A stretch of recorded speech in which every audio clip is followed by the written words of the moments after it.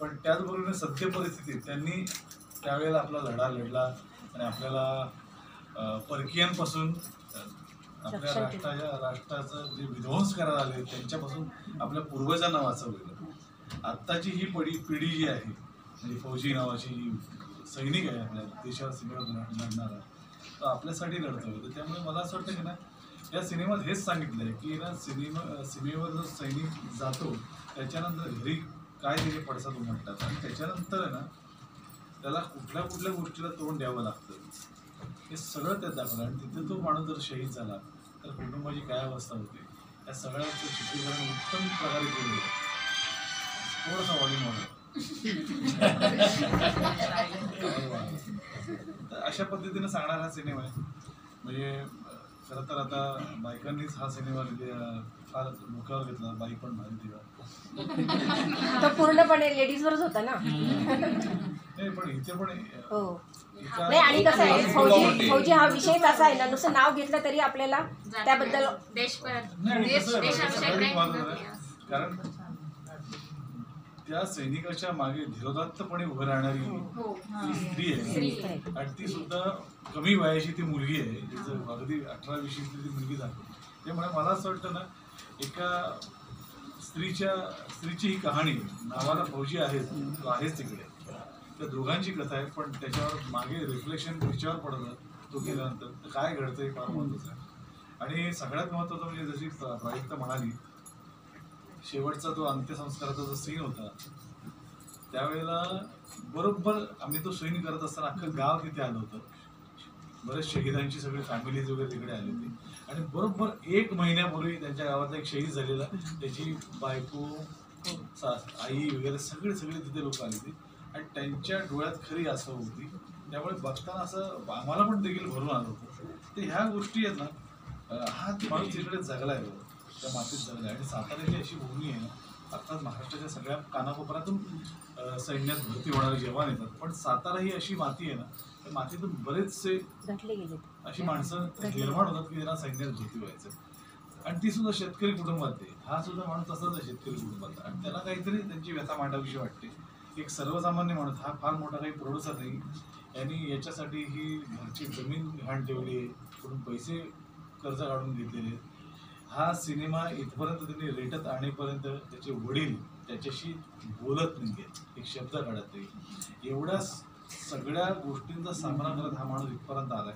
तर मला असं वाटतं इतक्या सच्च्या माणसाबरोबर काम करणं आणि ज्या पद्धती खऱ्या अगदी साध्या आणि सच्चेपणाने जो सिनेमा आणलाय तर मला असं वाटतं की आपण त्याला प्रतिसाद देणं फार महत्त्वाचं आहे.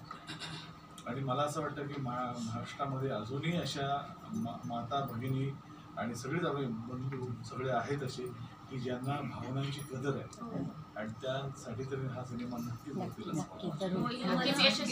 आणखीन एक मुद्दा ताई म्हणाल्या की बाई पण भारी हा लेडीजवर होता, पण याच्यातही जसं संजय दादा म्हणाला की कुठल्याही यशस्वी पुरुषाच्या मागे एक स्त्री असते. म्हणजे जर कॅप्टन चैतन्य मराठेच्या पत्नीनं जर म्हणाली असती की नाही मला बाकीच्या जशा महिला आहेत तसाच नवऱ्याचा सहवास हवा आहे, मला पण सगळ्या सुखसोयी जशा दुसऱ्या बायकांना मिळतात तशाच हवा आहेत, तर तो आज सैन्यात भरती होऊ शकला नसता आणि आपण कोणी सुरक्षित राहू शकलो नसतो. तर मला असं वाटतं की जरी सरांनी पोस्टरवर माझा फेस 15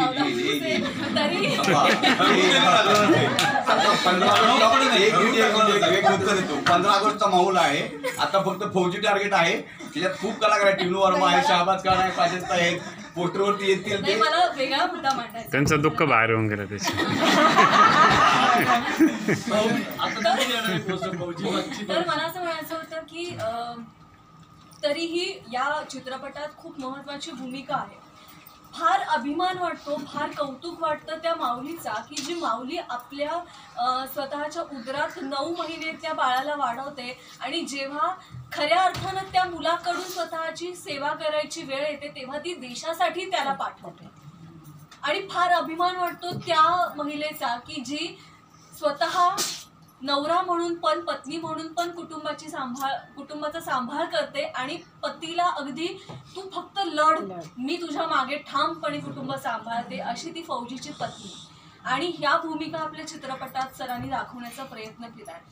त्यामुळे या माता भगिनींसाठी तुम्हाला आता उभं राहायचंय आणि तुम्हाला चित्रपट बघून इतरांना माउथ पब्लिसिटीद्वारे सांगायचं की हा चित्रपट किती महत्त्वाचा आहे, फक्त महाराष्ट्रासाठी नाही तर आपल्या संपूर्ण भारत देशासाठी. म्हणजे आता जे काही घटना घडत आहेत किंवा बलात्काराच्या असतील किंवा परवा जी 9 ऑगस्टला घटना घडली कोलकाता, 31 वर्षाच्या महिलेवर जो अत्याचार झाला, तर महिलांनी कसं स्ट्रॉंग राहिलं पाहिजे हे या चित्रपटात तुम्हाला बघायला मिळणार आहे. आणि मी कायम असं म्हणते, म्हणजे मी माझ्या वाट्याला तर कायम अशा स्ट्रॉंग भूमिका येतात की महिलांनी कसं सक्षम राहिलं पाहिजे आणि स्वतःला किती छान पद्धतीनं जगात प्रूफ करून दाखवायचं.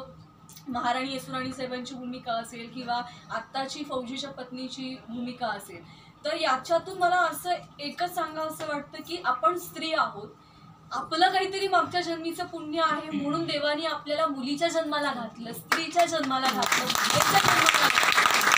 तिथून आपली आपण निभावतोय आयुष्यात. एक मुलगी आहोत, एक बहीण आहोत, एक पत्नी आहोत आणि पुढे जाऊन आजी, मावशी, आत्या बनणार आहोत. त्यामुळे हे सुख कोणत्याच मानव जातीला मिळत नाही, ते आपल्या वाट्याला आहे. त्यामुळे याचा एक अभिमान पाहिजे. आणि एक शक्ती देवानं आपल्याला अशी दिली आहे की एखादी गोष्ट जर आपण मनात ठरवली की याच्यात मला सक्सेस मिळवायचाच आहे, तर ती 100% दुनिया इकडची तिकडे होऊ दे पण ती आपण पार पाडतोच. एवढी ताकद स्त्री जातीला देवाने दिलेली आहे. त्यामुळे तीच ताकद आणि तेच सगळे आशीर्वाद तुमचे आम्हाला या चित्रपटासाठी पाहिजे आहेत. आदिमय आदिशक्ती असते स्त्री जाती म्हणजे. आज या नाशिकला खूप छान देवस्थानं आहेत. 12 ज्योतिर्लिंगांपैकी एक ज्योतिर्लिंग आहे. 3.5 शक्तिपीठांपैकी अर्ध शक्तिपीठ आपल्या नाशिक जिल्ह्याला लाभलेलं आहे. त्यामुळे जरी आम्ही रामरायाची सीतामाऊलीची तीर्थक्षेत्र आहे नाशिक, त्यामुळे कुंभमेळा भरतो इथं एवढा मोठा 12 वर्ष 2027 आणि तिथून म्हणजे आता आमची पहिल्यांदा प्रेस कॉन्फरन्स म्हणजे मी स्वतःला हजर आहे. ते माता बहिणी आहेत म्हणजे ही आदिशक्ती माझ्या पाठीशी उभी तुमच्या माध्यमातून राहिली असं मला वाटतं की या पवित्र भूमीमध्ये. आणि मी सगळ्या माता बहिणीला एवढंच विनंती करेल की काही नाही तुम्ही करायचं, फक्त तुम्ही सिनेमा बघा, वाईट वाटला तरी सांगा, चांगला वाटला तर सांगा, चांगला वाटला तर थिएटरला ठेवा आणि 10 मैत्रिणीला सांगा की बघून जाऊ नवऱ्याला घेऊन जा. आणि आता जसं म्हणाले त्याप्रमाणे की आपल्याला बलात्काराचे प्रमाण जिथे ते बघायला मिळालं, तर मला असं वाटतं ना अजून सैन्य भरती करून काही आपले फौजी बांधव जे आहेत ना त्यांना इथे आणायला पाहिजे. जसं बॉर्डरवर राहून त्यांना शूट टू किल नावाची ऑर्डर दिली जाते, तशी अशा नाराधामांना shoot to kill on the spot असं व्हायला पाहिजे. आज सकाळी परत मुंबईत घटना घडली 9 वर्षाची का 8 वर्षाची, त्याची केस उभी राहू नये, कोर्टात त्याची तारखा पडू नये, त्याला तिथेच जागेवर खेचला पाहिजे असं मला वाटतं. आपला कायदा कठोर नाही, वारंवार घडत राहणार. जेव्हा कुठल्याही एखाद्या पुरुषाची अशी नीतिमत्ता होते की एखाद्या मुलीकडे एखाद्या महिलेकडे असं वाईट नजरेनं बघावं, तर जसं महाराजांच्या काळात होतं की जागच्या जागी चौरंगा, ना त्याच्या मागे कुठला कायदा ना त्याच्या मागे कुठली कायद्याची चौकशी, तिथल्या तसा कायदा पुन्हा सुरू व्हावा की काय असं वाटायला लागलं. ही गोष्ट खरी. आणि स्त्रियांना पण आहे ना भरपूर गोष्टी आता शिकवायला पाहिजे की बाहेर लढायला कसं पाहिजे किंवा त्या युद्ध कौशल्याचं काही सेल्फ डिफेन्स सारखं त्यांना ट्रेनिंग द्यायला पाहिजे आता की नाही आता काहीतरी भावालाच पुढे यायला पाहिजे असं मला वाटतं. मी सांगते सर, माझ्या मैत्रिणीचे घरचे आता 1 वर्ष झालं वाढले, ते म्हणजे लहान बहीण सारखीच आहे. ती विधवा बाळासाठी काम करते. आज जम्मू काश्मीरला शिकायला गेलेली आणि आज ट्रेनिंगला गेलेली ती 3 दिवसासाठी झाली. नाव काय फौजी कार्यक्रमात पण मी परत सांगेन आणि त्यांनाच ते परत विचारणं हे चुकीचं आहे. कारण सध्या काय झालंय की हा जो लाडकी बहीणचा जो माहोल आहे ना, आपण त्याच्यात असे आपल्या कोण काय बोलते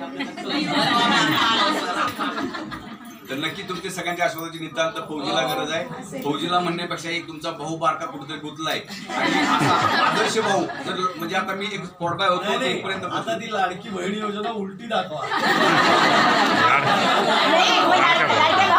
पैसे दिले होते ना एकाचे, मग होणारच ना असं पुढे. जर तुम्हाला तुमच्यातलाच कोणाचा दुसरा एखादा भाऊ सर्वसामान्य माणूस जर उच्च लेवलपर्यंत ह्या लेवलला पाहिजे असेल तर आमच्यासारख्याला प्रयत्न तुमच्या आशीर्वादाची नितांत गरज आहे. जर आज जर मी थकलो तर माझे अनेक भाऊ परत निगेटिव्ह विचार करतील आणि पुढे चांगला विषय घेऊन यायचा कुणी विचार करणार नाही. त्यामुळे सगळ्यांना माझा आशीर्वाद. कार्यक्रमाच्या शेवटाकडे जाताना आमचं मनोरंजनाचं जे बीट आहे ते सांभाळणार आहे, कारण मला निशोधचा प्रश्न. एकंदरीत सर या ना, पुढे या ना. चित्रपटाला कम्प्लीट करतं ते म्युझिक, तर म्युझिक विषयी काय सांगाल? काही गाणी आहेत हे स्वतः गीतकार आहेत या सिनेमाचे. एक ते सांगेल की तुम्ही जेव्हा आपलं शेवटचं गाणं येईल लास्टला, शेवटचाला भेटीला फौजी माझा गावाला, ते गाणं पूर्ण बघून दाखवा आणि तुमच्या डोळ्यात लास्ट रोखून दाखवा. असं एक गाणं आहे. त्याचसोबत रोमॅन्टिक गाणंही पण तुम्हाला मिळेल बघायला. आयटम सॉन्ग पण आहे. जो फौजी आहे, मी जो भारत फौजीचा रोल केलाय, तो गावामध्ये लक्ष ठेवून असतो. वाईट घडणाऱ्या गोष्टी तो त्या थांबवत असतो. त्या पद्धतीनं जे लोकांना हवंय करमणूक म्हणून, मी जर नुसतं जर आपल्याला सफरचंदाची आठवण कधी येते आजारी पडल्यावरती, नुसतं सफरचंद चाललं तर लोकांना आवडलं नसतं. त्यामुळे थोडीशी चटणी मिटणी दिली थोडी मजा. त्याची काळजी नका करू तुम्ही, बोर पण नाही होणार, ही गॅरंटी माझी आहे. चित्रीकरणाचे लोकेशन्स विषयी? चित्रीकरणाचे लोकेशन म्हणजे मी खरं सांगतो, नावाप्रमाणे मला लोक म्हणत होते की चित्रीकरण हा येडा माणूस आहे, पैसे नाही तर हा शूटिंग करायला जातो गोव्यापासून 160 किलोमीटर पुढे अंकोला. मला जे चित्रीकरण आवडलं होतं, म्हणजे मला जे हवे होते ते चित्रीकरणच मी करत बसलो. मी 6-6 महिने म्हणजे लोकेशन शोधत होतो. मला जर मनात नसेल पडत तर मी करत नव्हतो. प्रत्यक्ष तुम्ही जेव्हा बघचाल ते शूटिंग, तर तुम्हाला काही शूटिंगची असं चित्रीकरण म्हणजे लोकेशन बघितल्यावर वाटलं अरे काय आहे, हा मराठी सिनेमा आहे का हिंदी सिनेमा आहे, हे तुम्हाला संभ्रम पडल्याशिवाय राहणार नाही. ते चित्र आतापर्यंत मराठीमध्ये कोणी दाखवलं असं मी लोकेशन दाखवले. बघा तुम्हाला बघायला आवडतील. नक्की उत्सुक लागले. जसं लता दिदींनी इंस्टावर स्टोरी ठेवा आणि आम्हाला tag नक्कीच पण सिनेमाचा त्याग अजिबात करू नका. सगळ्या तनिष्का टीमच्या वतीने पुन्हा एकदा मी तुमचं सगळ्यांचं स्वागत करतो. आणि 30 ऑगस्ट हा जो दिवस आहे, जसं आज तुम्ही सगळ्या भगिनींचा एका कार्यक्रमासाठी आला, तर असाच 30 तारखेपासून पुढे जसं जाताना असाच गमतीचा विषय आहे. लाडकी बहीणचे पैसे नेमके आता खर्च करायचे कुठे, सुरुवात 30 तारखेपासून व्हावी. आपल्या 10 मैत्रिणींना घेऊन जा लाडक्या फौजीवरती.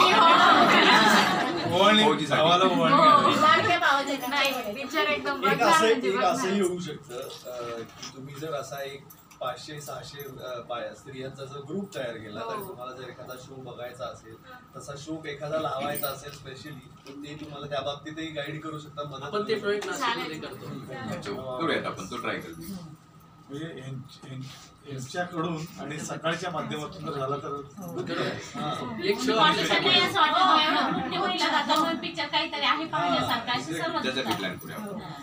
आणि सगळ्यांना माझी वैयक्तिक विनंती आहे, ज्या तळमळीने हेडेदादांचा विषय आलेला आहे की सिनेमा जसा पुढे जात होता तो पूर्ण होईपर्यंत अजूनही वडील बोलत नाही. ही जी तळमळ आहे ती सगळ्या कलाकारांनाही आहे. किंबहुना ती तळमळ आपल्याला सुद्धा पाहिजे. आणि नाशिकमध्ये जसं त्या ताईंचा विषय मागाशी आला, अनिता ताईंचा, की त्या डोळे म्हणून आले ते बोलत असताना, म्हणजे ह्या ज्या भावनिक गोष्टी असतात ना, ह्या एकमेकांशी जोडल्या गेलेल्या असतात. आणि सर पहिला मॉब नेमकं तुम्ही बघितला असेल पूर्ण राज्यभर फिरताना, हा जो मॉब आहे हा एकट्याने नाही तर परिवारासोबत सिनेमाला येणारा आहे. आणि मी तुम्हाला शब्द देतो,